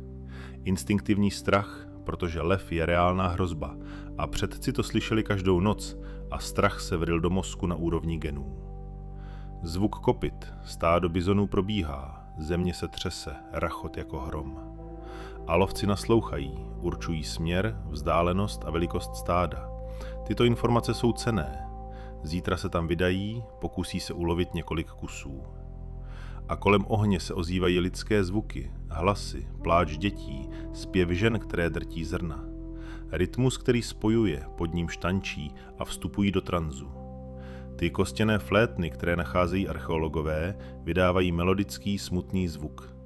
Možná šaman hrál večer a melodie unášela myšlenky do jiných světů, do světa duchů a předků. A ticho. Chvíle absolutního ticha, které v moderním městě nikdy nenajdeme. Když vítr utichne, zvířata se stiší a slyšet je jen praskání uhlíků v ohni a nekonečné hvězdy nad hlavou. Mléčná dráha je tak jasná, že se téměř dá číst. Toto ticho není prázdné, je plné přítomnosti světa. Lidé v něm seděli, přemýšleli, snili. A možná právě v takových chvílích se rodily nápady, poznání, příběhy, které pak vyprávěly generacím. Moderní lidé o to přišli. Městská kakofonie, neustálý hluk a mozek je přetížený, stres z hlukového znečištění a skutečné ticho chybí. A když se vzácně dostanete do divočiny, do hor, do tajgy a nastane skutečné ticho, je to téměř šok, nezvyklé a pak úleva a uvolnění. A člověk si uvědomí, že mozek toužil potom, po tichu předků, po světě bez mechanického hluku, po vůních savany, po čichu, který atrofoval. V Pleistocénu byl svět světem vůní, intenzivních a čich lidí byl tehdy vyvinutější než dnes, protože byl neustále používán, kritický pro přežití a trénován od dětství. Vůně blížícího se deště, petrichor, když první kapky padají na suchou zem, a tato vůně znamenala, že brzy bude voda. Je nutné ji shromáždit do nádob, zásobit se. A tato vůně varovala i hodiny předem. Vítr přinášel zdaleka, vůni kouře, oheň voní známě, dřevo určitého druhu, akácie nebo možná baobab. A jiný oheň voní jinak. Lovec ucítí kouř cizího tábora na kilometry daleko a ví, že území je obsazeno. A je třeba být opatrný, nebo naopak jít do kontaktu, výměny, obchodu. Vůně predátora. Lvy voní ostře pyžmem a močí, a tato vůně ve vzduchu znamená blízké nebezpečí.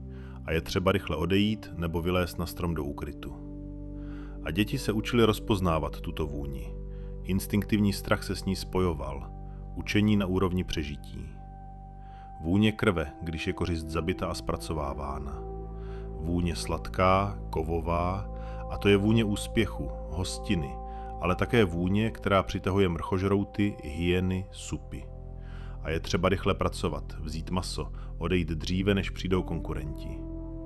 Vůně vody i z dálky, vlhkost ve vzduchu, vůně řas, bahna, a toto je směrem k zdroji vody kritické v období sucha. A nejlepší stopaři mohli najít vodu podle vůně. Vedli skupinu k skrytým zdrojům, studnám, oázám a vůním rostlin. Každá voní jinak.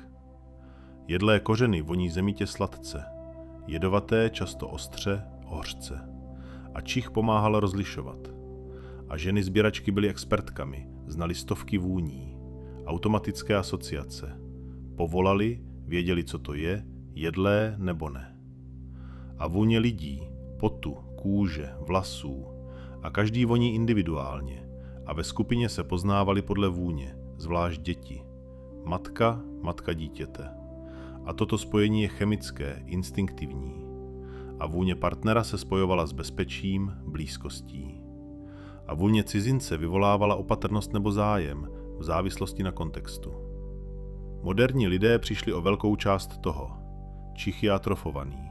Spoléháme na zrak, sluch a čich je pozadí, ignorované. A parfémy, deodoranty maskují přirozené vůně. A svět se v tomto smyslu stal chudším, méně informativním a část kanálu vnímání je uzavřena. A my si toho nevšimneme, protože jsme zvyklí. Ale pleistocení lidé, když by se dostali do moderního města, by byli ohromeni chemickými, umělými vůněmi a možná by onemocněli z přetížení čichového systému. Čas a měření. Jak měřili život bez hodin? Jak pleistocení lidé vnímali čas bez hodin, kalendářů, písma pro zaznamenávání dat? Odpověď je, že čas byl cyklický, nelineární, jako nyní. Den, noc. Měsíc roste, ubývá, roční období se mění a život následoval těmto cyklům, přirozeným rytmům. A nebylo spěchu v moderním smyslu, termínů, rozvrhů po minutách. Den začínal se svítáním, práce dokud je světlo, lov, sběračství, vaření. A když se setmí, práce se zastaví. Shromáždí se u ohně, jedí, mluví, spí a znovu se probouzejí se svítáním. Cyklus jednoduchý, jasný. Měsíc byl kalendářem. 29,5 dne od novoluní k novoluní. A mnohé kultury lovců sběračů považovali měsíce za lunární. Každý měsíc měl název spojený se sezónním jevem. Měsíc květu, měsíc migrace antilop, měsíc prvních dešťů. A to byly praktické časové markery vázané na přírodu. A ženy obzvlášť sledovaly měsíc, protože menstruační cyklus se často synchronizuje s lunárními cykly, zvlášť když není umělé světlo a měsíc byl symbolem ženské plodnosti. A rituály spojené s měsícem byly slavnosti úplňku, novoluní. Roční období byla určována nikoli podle abstraktního kalendáře, ale podle konkrétních pozorování, kdy určité rostliny kvetou, kdy se ptáci vracejí z migrace, kdy se řeky rozlévají. A tato znalost se hromadila, předávala. A stařešinové si pamatovali vzory za desetiletí, mohli předpovědět, kdy očekávat deště, kdy začít stěhování k dalšímu zdroji vody. Věk lidí nebyl počítán v přesných letech, ale přibližně podle životních fází. Kojenci, děti, dospívající, dospělí, stařešinové. A nebyly narozeniny, jak je známe dnes. Nemělo to smysl slavit každý rok. Ale přechody mezi fázemi byly zaznamenány. Iniciace, rituál. A to byly důležité chvíle, kdy se chlapec stával mužem, dívka ženou a komunita uznávala nový status. Počítání bylo jednoduché. Jeden, mnoho. Některé jazyky lovců sběračů mají číslovky pouze do 3 nebo 5, dál už jen mnoho. A to neznamená, že by nemohli počítat víc, ale nebyla potřeba. Nebyla vlastnictví, které by se hromadilo a vyžadovalo přesný účet. Nebyl složitý obchod s cenami, ale stopy se počítaly.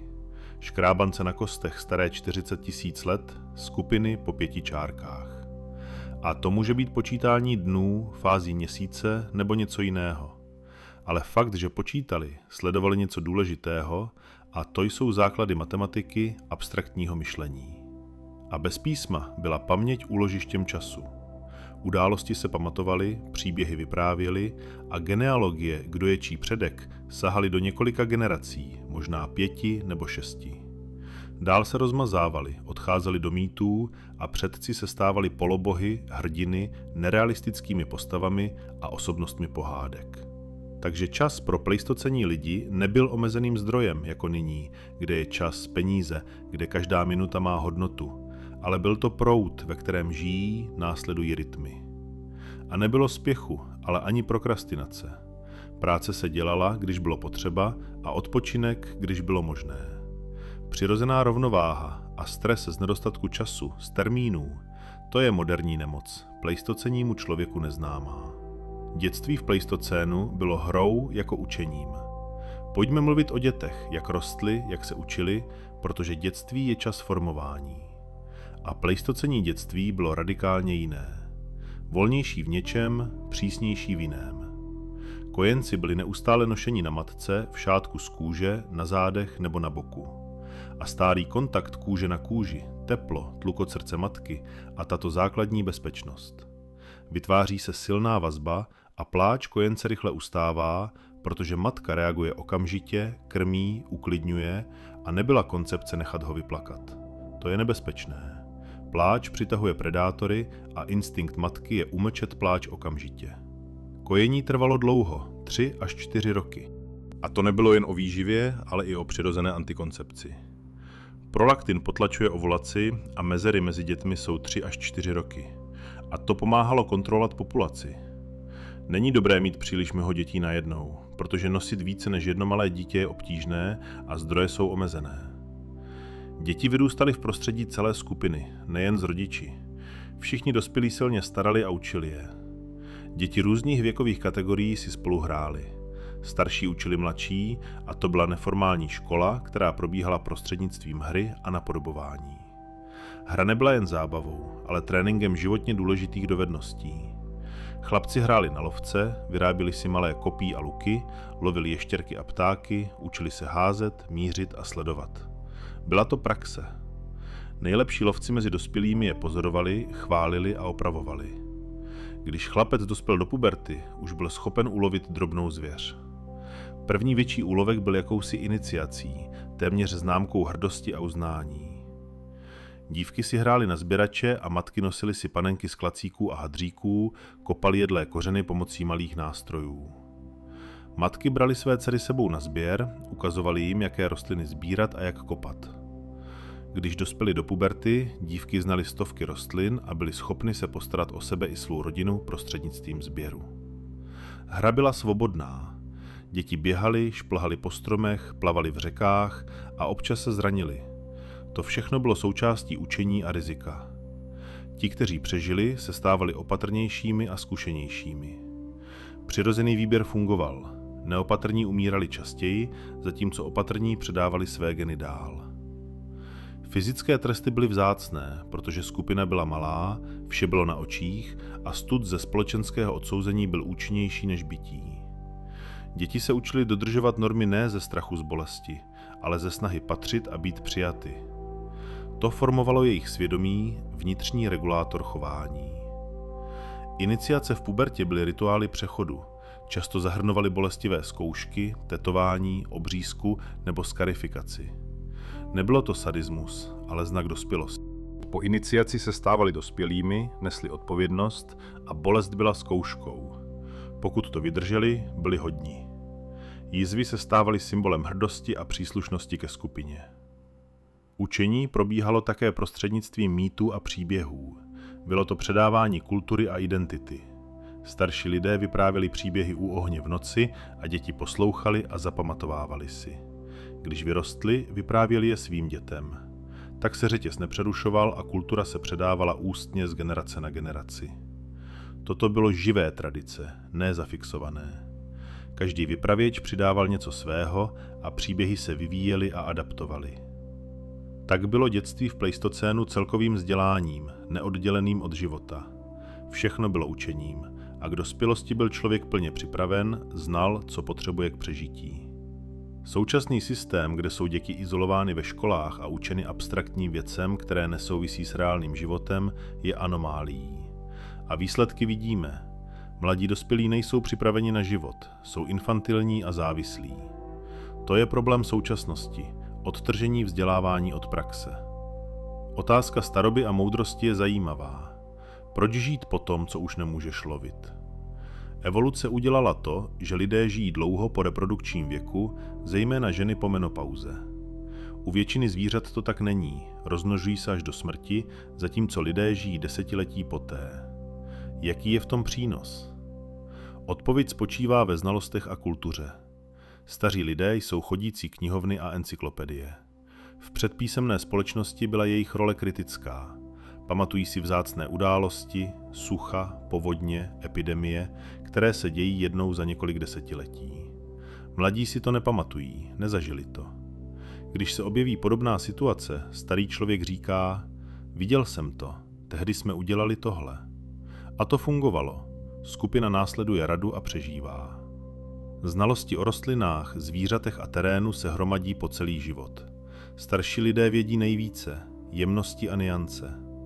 Když se mladý lovec ptá, kde najít zvěř během sucha, starý člověk říká: je jedno místo daleko, tam je zdroj, který nevysychá. Chodil jsem tam před 60 lety. A skupina jde, najde to a přežije. Babičky pomáhají dcerám vychovávat děti, starají se o vnoučata, krmí je a učí. To osvobozuje matku pro práci a sběr.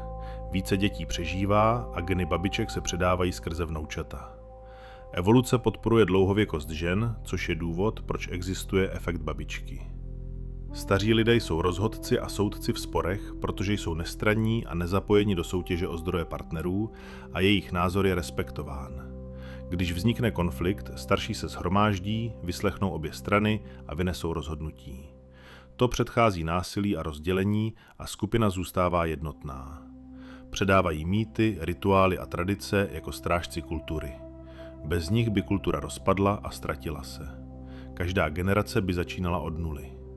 Ale se staršími lidmi existuje kontinuita a spojení s minulostí, což dává identitu, smysl a příslušnost k něčemu většímu, než je jedinec sám. Staroba v pleistocénu tedy nebyla přítěží. Společnost, která respektovala starší, lépe přežívala než ta, která je ignorovala. Evoluce vybírala na základě úcty k starším. To je téměř kulturní univerzálie. Všechny tradiční společnosti ctí starší. Není to náhoda, je to adaptace. Současné společnosti, které izolují starší lidi v domovech pro seniory a ignorují jejich znalosti, považují jejich zkušenosti za bezcenné, jsou anomálií. Ztráta je obrovská, protože znalosti, které nesou, jsou nenahraditelné. Když starý člověk zemře v tradiční společnosti, říká se, vyhořela knihovna. A to je pravda doslovně. Emoce v pleistocénu. Milovali jako my? A poslední otázka. Byly emoce a pocity stejné jako u nás? Milovali pleistocénní lidé, truchlili, radovali se? Nebo je to něco, co se vyvinulo později s kulturou a civilizací? Odpověď je jednoznačná. Ano, emoce byly stejné, protože mozek je stejný. Anatomie emocionálních center, limbický systém, amygdala, to vše mělo Homo sapiens před 200 000 lety a fungovalo stejně. Důkazy jsou nepřímé, ale přesvědčivé. Pohřbívání s péčí. Tělo pečlivě uloženo, někdy v embryonální pozici, někdy s předměty, ozdobami nebo nástroji. To není utilitární chování, ale rituál. A rituál je založen na emocích, na smutku, na touze důstojně se rozloučit s zemřelým. To je láska, náklonnost, paměť. Umění, zejména portrétní sochy, Venuše s individuálními rysy, ne abstraktní, ale konkrétní. To jsou portréty možná skutečných žen, milovaných, uctívaných a byly vytvářeny s láskou a pozorností k detailům. To je emoce, touha zachytit a uchovat obraz. Hudba, flétny, bubny, zpěv. A hudba je jazyk emocí, vyjadřuje to, co slova nemohou. Radost, smutek, touhu, extázi. Pleistocénní lidé cítili všechno to a vyjadřovali to prostřednictvím zvuků, melodií a rytmů. Když posloucháš rekonstrukci té staré flétny, její zvuk je smutný a pronikavý a cítíš spojení. To je člověk, který jako ty hrál, toužil, doufal. A kostry lidí, kteří přežili těžká zranění, zlomeniny a infekce a žili roky poté. To znamená, že skupina se o ně starala, pečovala a neopustila je. To je soucit, empatie a to jsou hluboké emoce, altruismus. A to je lidské v samé podstatě. Láska byla samozřejmě romantická, sexuální, rodičovská, přátelská. Všechny druhy lásky, které známe, a páry se formovaly, existovaly vazby a žárlivost, konflikty kvůli partnerům. To jsou silné, motivující emoce. Příběhy lásky se jistě vyprávěly u ohňů, tragédie, komedie, romány. A posluchači soucítili, plakali, smáli se. To je univerzálně lidské. Smutek byl, ztráta dítěte, partnera, rodiče, přítele.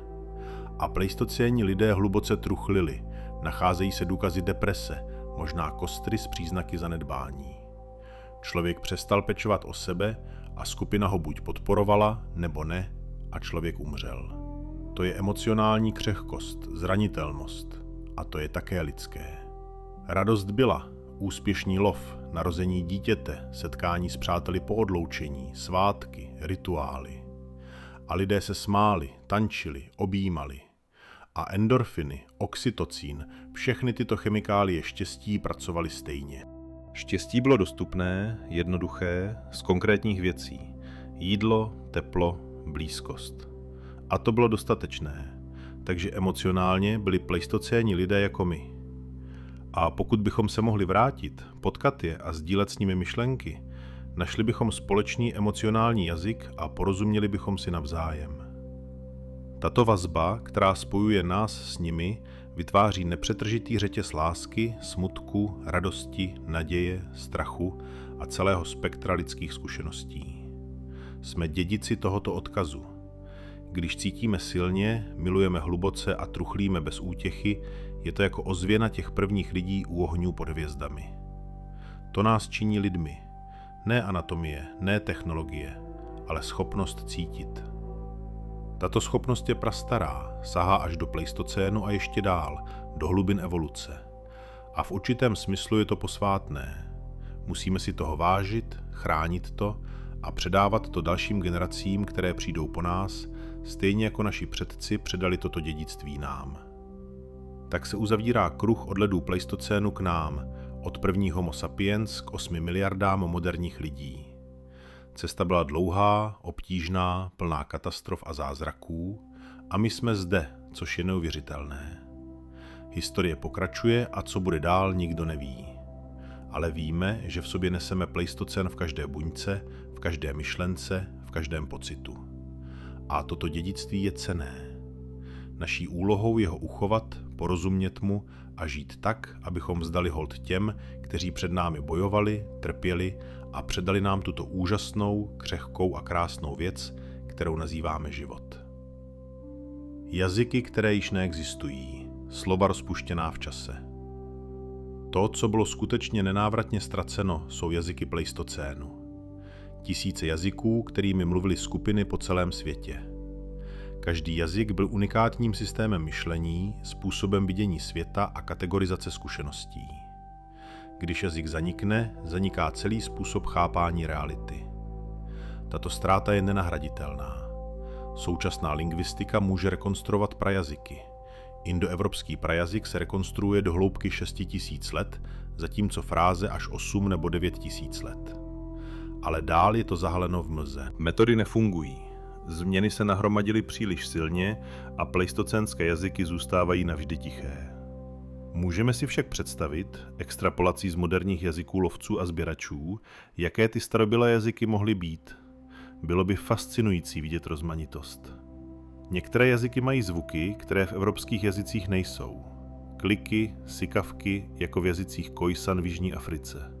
To by mohlo být prastarou charakteristikou. Možná, že všechny pleistocénské jazyky v Africe měly kliky, což by bylo pozůstatkem té doby. Gramatiky mohly být neuvěřitelně složité. Moderní polysyntetické jazyky, jako je čukotský nebo inuitský, mají slova, která představují celé věty.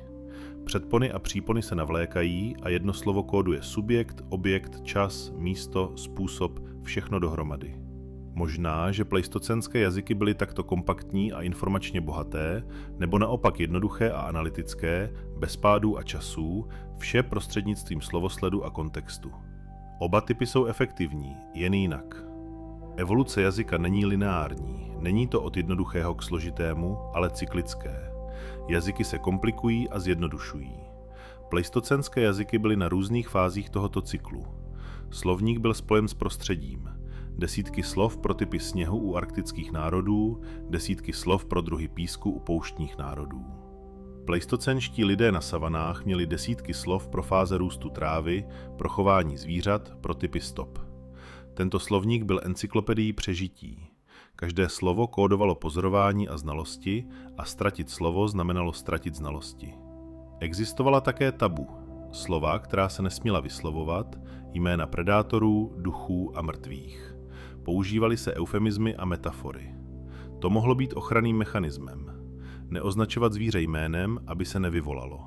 Toto magické myšlení bylo také praktické, protože vyslovit jméno predátora nahlas mohlo přitáhnout pozornost. Bylo lepší mluvit tiše, naznačovat. Zpěv a řeč byly blíže než dnes. Možná byla řeč melodická a tonální, jako v čínštině, kde tón mění význam slova. Zpěv byl rozšířenou řečí a hranice mezi nimi byla rozmazaná.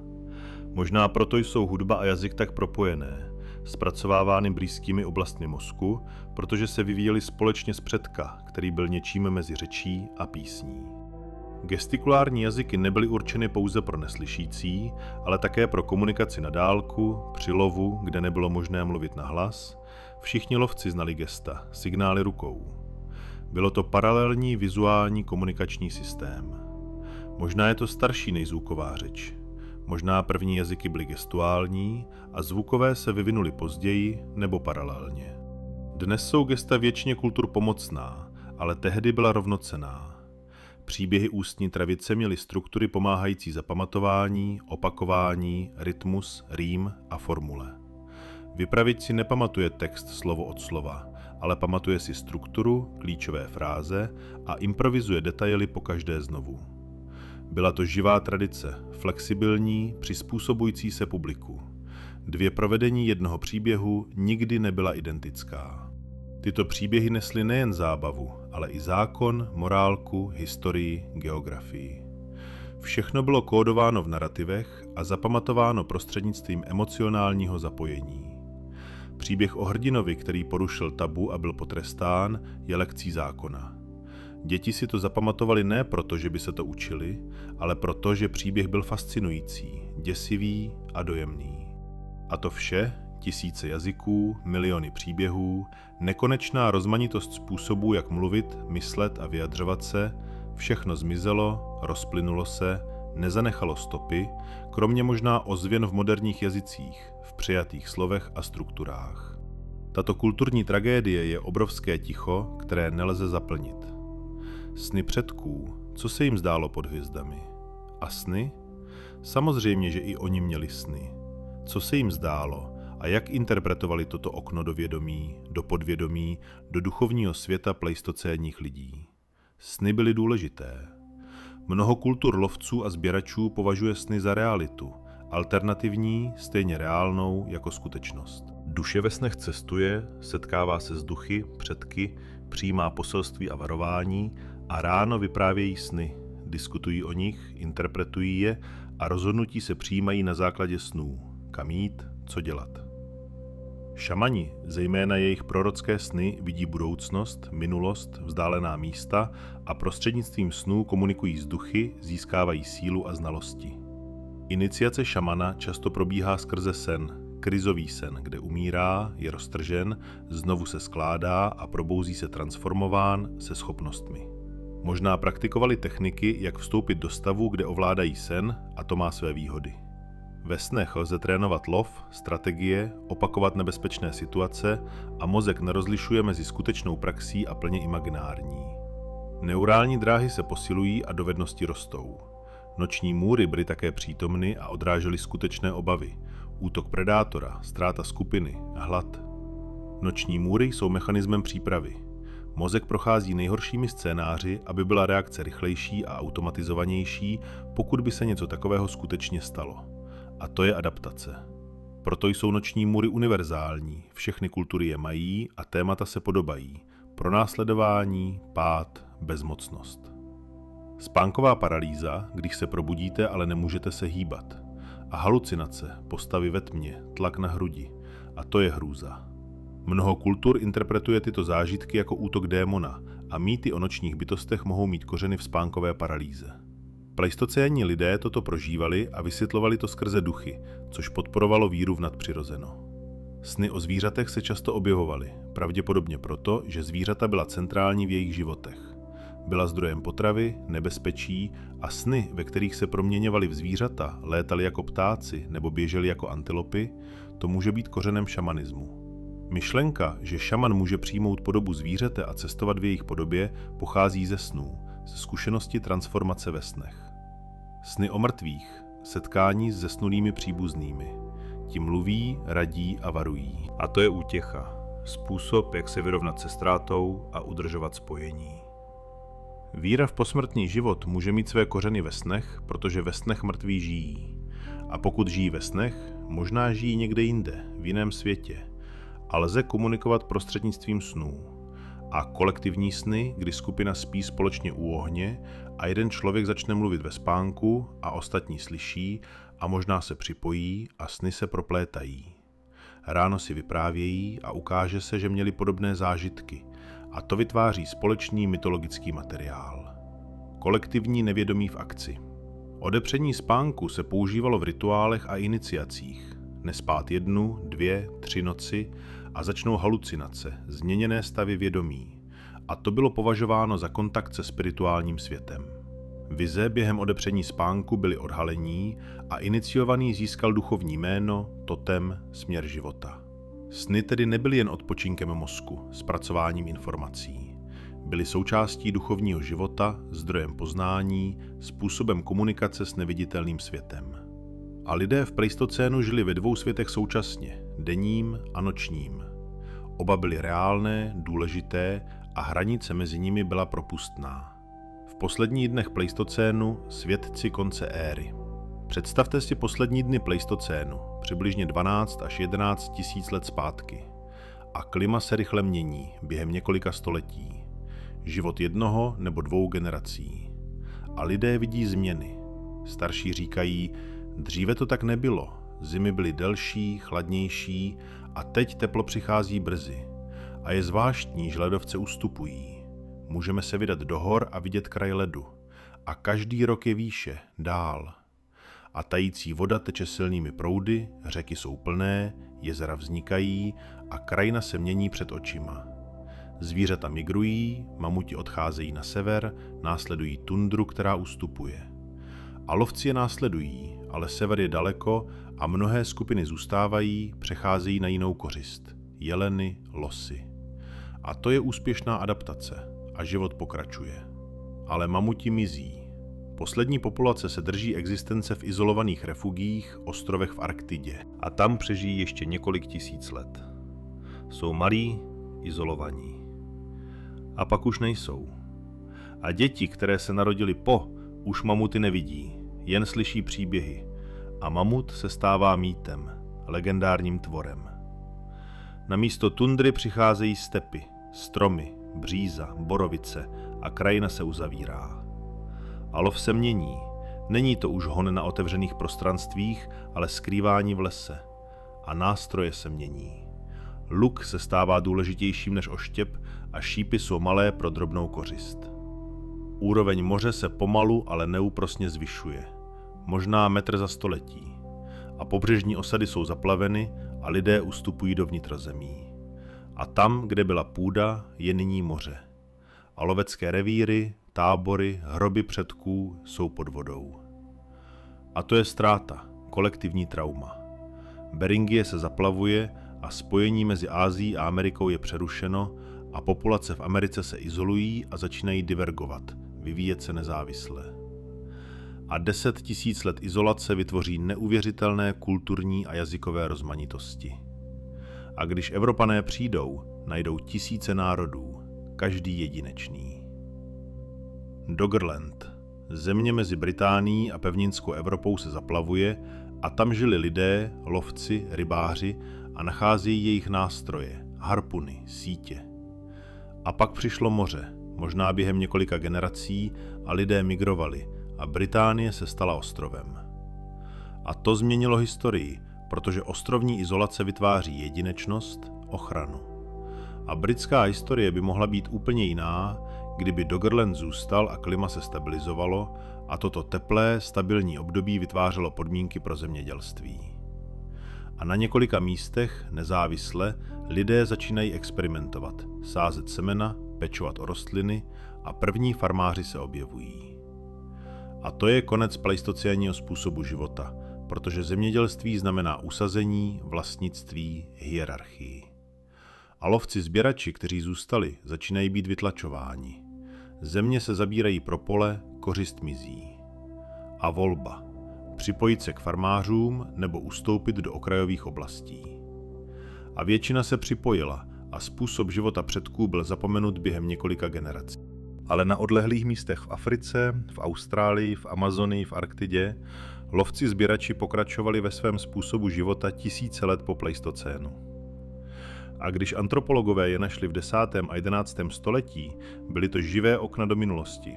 Ne identické samozřejmě, každá kultura je jedinečná, evolvuje, ale principy jsou stejné. A pozorováním jich vědci rekonstruovali, jak mohla vypadat život v pleistocénu. A to je neocenitelné. A teď poslední lovci sběrači mizí, asimilují se, vymírají. A s nimi odchází poslední přímé spojení s pleistocénem. A to je konec éry, definitivní. A vše, co zůstane, je archeologie, kosti, kameny a pokusy pochopit, představit, rekonstruovat svět, který byl a už nebude. Dědictví, které si nevšímáme. Pleistocén v každodenním životě. Ale pleistocén zcela odešel. Je v drobnostech, v zvicích, v preferencích, které si neuvědomujeme, ale které řídí naše chování. Touha mít výhled z okna, zejména na vodu, na zeleň, to není jen estetika, to je evoluční preference. Místo s výhledem poskytovalo výhodu. Vidíš nebezpečí, kořist a nemovitosti s výhledem mají větší hodnotu. A to je dědictví pleistocénu. Mozek hodnotí lokaci podle starobylých kritérií. Strach z výšek, ale není zcela vrozený. Kojenci se nebojí, ale po začátku lezení se strach objevuje. A to je rychlé učení. 1 nebo 2 špatné zážitky a strach se upevňuje. A to je ochrana. Pád může být smrtelný a ti, kdo se báli, přežili. Preferování prostor z úkryty. Děti staví skrýše, pevnosti, skrývají se pod stoly. A to je instinkt, hledat chráněný prostor. Zády ke zdi, výhled vpřed. A v restauracích lidé preferují sedět u zdi, vidět vchod. A to není paranoia, to je starobylý instinkt bezpečnosti. Vůně ohně, příjemná a téměř pro všechny nostalgická. A to proto, že oheň byl středem života miliony let a mozek spojuje vůni kouře s bezpečností, jídlem, komunitou. A kempování, grilování, krby nejsou populární náhodou. Aktivují starobylé řetězce potěšení. Potěšení z textur, kožešina, dřevo, kámen. Přírodní materiály jsou příjemné na dotek a plast, kov jsou chladné, cizí. A to proto, že tisíce let jsme interagovali s přírodními materiály a mozek je na ně nastaven. A biofilní design, používání dřeva, kamene v interiérech, to není módní trend. To je pochopení, že lidem je pohodlněji s přírodním. Láska k domácím zvířatům, psům, kočkám. A lidé utrácejí miliardy za ně. A to je ekonomicky iracionální, ale emocionálně odůvodněné, protože vztahy s domácími zvířaty jsou starobylé. A pes byl s námi desítky tisíc let a spojení je hluboké. A kočky přišly později, ale také tisíce let. A vyplňují emocionální mezeru, poskytují bezpodmínečnou lásku a společnost. A to je dědictví pleistocénu, kdy lidé a zvířata žili blízko, záviseli na sobě. Rituál jídla, společné obědy, večeře, to není jen výživa, to je sociální akt. a důležitost je obrovská. Rodiny, které jedí společně, jsou více propojené, a to proto, že jídlo u ohně bylo časem komunikace, výměny, posilování vazeb. A mozek odměňuje za společné jídlo oxytocínem, hormonem důvěry. A to je starobylý mechanismus vytváření skupinové soudržnosti. A sport, hry, soutěže, to je trénink dovedností, lovu, války. A muži zvlášť milují sport. A to proto, že evolučně bylo důležité trénovat, demonstrovat schopnosti a nejlepší lovci, válečníci získávali status partnerů. A sport je bezpečná forma téže soutěže a proto je tak populární. A emoce jsou tak silné. Výhra ve hře aktivuje ty samé řetězce mozku, co výhra v lovu. A to je dědictví. Takže pleistocén je pouze v muzeích. Je v nás každý den, v každém rozhodnutí, preferenci, reakci. A uvědomění si toho mění perspektivu.